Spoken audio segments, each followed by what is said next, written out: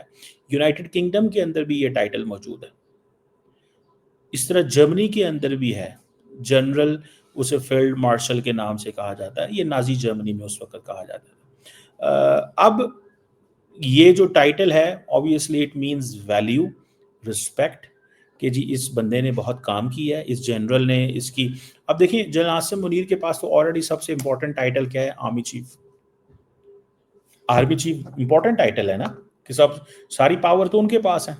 ساری کی ساری پاکستان کی جو فوج ہے وہ تو جنرل عاصم منیر کی طرف دیکھتی ہے کہ جس طرف جنرل عاصم منیر نے مڑنا ہے فوج نے اس طرف مڑ جانا ہے. فوج نے یہ تھوڑا ہی کہنا ہے کہ ہم نے وہ جسے کہتے ہیں نا کہ نہیں ہم ادھر نہیں جا رہے، ہم ادھر جا رہے ہیں. پاکستان کی فوج ادھر ہی جائے گی جدھر جنرل عاصم منیر جائیں گے. سو یہ بیسیکلی جو ٹائٹل دیا گیا ہے، یہ ٹائٹل اس لیے دیا گیا ہے تاکہ یہ بتا دیا جائے کہ اس کی یہ امپلیکیشنز ہیں.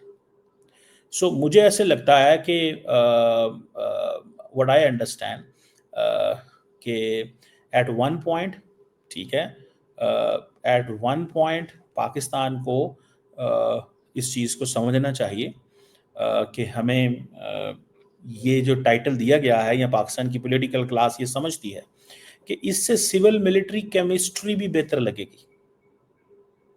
سمجھ رہے ہیں؟ بار بار پاکستان کے اندر جو پولیٹیشنز ہوتے ہیں ان کو ہمیشہ سپورٹ چاہیے ہوتی ہے فوج کی. تو یہ بھی ایٹ ٹائمز سم ٹائمز یہ چیز ہوتی ہے کہ ایک سول ملٹری کیمسٹری جو ہے وہ بھی بہتر لگے گی. سول ملٹری کیمسٹری بھی بہتر لگے گی ان کو. میں دس از واٹ آئی انڈرسٹینڈ، یہ چیز میں جو ہے وہ میں سمجھتا ہوں کہ یہ ان کی ایک سول ملٹری کیمسٹری ہے، یہ اچھی کیمسٹری رہے گی. اور یہ میرا خیال ہے پاکستان کے وزیر اعظم نے یہ فیصلہ کیا ہے. اور دوسرا obviously انڈیا کے حوالے سے بھی ایک چیز ہے. تیسرا، پاکستان کی فوج کیونکہ بڑے فیصلے لیتی ہے. اب نریندر مودی کے پاس اگر S-400 ہے تو ظاہری بات ہے پاکستان میں بھی تھنکنگ کہ ہمیں بھی کوئی اس طرح کا مزید مضبوط دفاعی نظام چاہیے. وہ کسی اور ملک سے ہو سکتا ہے ہم مانگیں.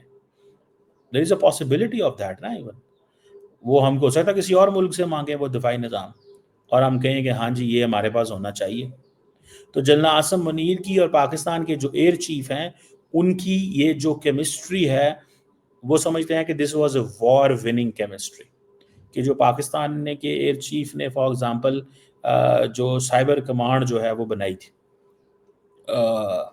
جو جسے کہتے ہیں نا، انہوں نے جو انوویشن یا ڈیولپمنٹ ایئر فورس کے اندر کی. سو انڈیا اس کو کیسے دیکھے گا؟ بہت سارے جو پاکستان کے اندر فیصلے ہوتے ہیں وہ سارے انڈیا کے حوالے سے ہوتے ہیں، خاص طور پہ اسٹریٹجک ڈومین کے اندر. اس چیز کو یاد رکھیں، بہت سارے جو پاکستان کے اندر فیصلے ہوتے ہیں اسٹریٹجک ڈومین کے اندر، وہ انڈیا کے حوالے سے ہوتے ہیں، اور انڈیا ظاہری بات ہے، انڈیا کو بھی یہ پیغام دینا ضروری ہے کہ بھائی صاحب پاکستان کے اندر جنرل عاصم منیر جو ہے ہی از گوئنگ ٹو اسٹے، وہ یہاں پہ اسٹے کریں گے، اور ایٹ لیسٹ مجھے نہیں پتا ان کا آئی تھنک ٹینیور کتنا رہ گیا، کیونکہ 5 سال ان کا ٹینیور ہے، 5 years, he is here for 5 year at least, میرا خیال ہے half of the time he has spend, half of the time جو ہے وہ ان کو ظاہری بات ہے رہتا ہے، یہ ہاف سے تھوڑا کم رہتا ہے، سو اٹ ڈپینڈس کہ گورنمنٹ اس میں کیا فیصلے کرتی ہے کیا نہیں کرتی، that is what I understand and that's what I see. بہرحال یہ ایک امپورٹنٹ چیز ہے، یہ ایک امپورٹنٹ ایک وہ جیسے کہتے ہیں نا چیز نظر آتی ہے کہ شاید جیسے کہ نا انڈیا کے حوالے سے بھی بہت ساری فیصلہ سازی کی جاتی ہے، لیکن وہ جسے کہتے ہیں نا کہ ملٹری ماڈرنائزیشن کے حوالے سے بھی یہ سینرجی ہے. پاکستان نیڈز میسو ملٹری ماڈرنائزیشن آئندہ، کیونکہ دیکھیں آپ جب مقابلہ بھارت کے ساتھ ہے تو پھر ملٹری ماڈرنائزیشن تو کرنی پڑے گی، یہ تھوڑا ہی ہو سکتا ہے کہ ملٹری ماڈرنائزیشن اگنور کر دی جائے. سو پاکستان کے سیاستدانوں کو پیسہ لگانا پڑے گا، ریسورسز ڈالنے پڑیں گے فوج کے حوالے سے. دے کی ناٹ سے کہ نہیں ہم نے فوج نہیں ڈالنے، کیونکہ مودی صاحب تو ہر وقت پیسے ڈالنے کو تیار بیٹھا ہوا ہے. دیکھیں انہوں نے جو رافیل لیے تھے وہ کس لیے لیے تھے، انہوں نے S-400 کیوں لیا تھا؟ ماڈرنائزیشن کی بات کرتے ہیں نا، گو کہ وہ رافیل کے حوالے سے ان کا جو وہ جسے کہتے ہیں وہ پرفارم نہیں کر سکے. پاکستان کہتا ہے ہم نے 3 رافیل گرائے ہیں، 3 پاکستان سے 3 رافیل گرائے ہیں ہم نے. انڈیا ابھی نہیں مان رہا، انڈیا ایک ہی بات کہہ رہا ہے، انڈیا کے جو ملٹری کے لوگ وہ کہہ رہے ہیں کہ ہم فیصلہ کر کے بتائیں گے کہ کتنے ہمارا نقصان ہوا ہے، ہم ابھی نہیں بتائیں گے. اگر آپ نے وہ انڈیا کے جو ملٹری لیڈرشپ جو ہے ان کی بات سنی ہو، یہ جو on the right I think Indian air force کے جو آفیسر آپ کو نظر آ رہے ہوں گے، تو یہ چیزیں جو ہیں وہ they are there. So let's see کہ انڈیا اس حوالے سے کیا فیصلے کرتا ہے، یا انڈیا کیا چیز سمجھتا ہے، یا انڈیا کو کیا نظر آتا ہے کہ کیا وہ کریں گے. لیکن دس از دیر. انڈیا عموماً اس طرح کے اپنے ایئر فورس، آرمی اور نیوی کے لوگوں کو ایکسٹینشنز نہیں دیتا، لیکن پاکستان کے اندر ایکسٹینشنز بھی دی جاتی ہیں. This is a part of our system extension دینا، and this is something where we believe کہ یار نہیں یہ چیز جو ہے وہ اس کی ویلیو ہے ہمارے سسٹم کے اندر. سو میں نے جیسے آپ کو پہلے بتایا کہ اس کے ملٹیپل میننگز ہیں، لیکن لارجلی اس کا جو مطلب ہے that is for India.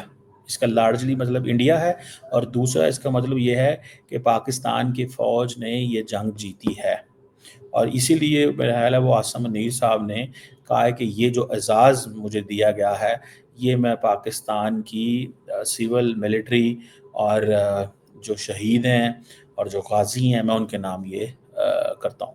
So I think that is something significant. یہ پاکستان کے پرائم منسٹر اور پاکستان کی کیبنٹ جو ہے انہوں نے یہ چیز کا فیصلہ آج کیا.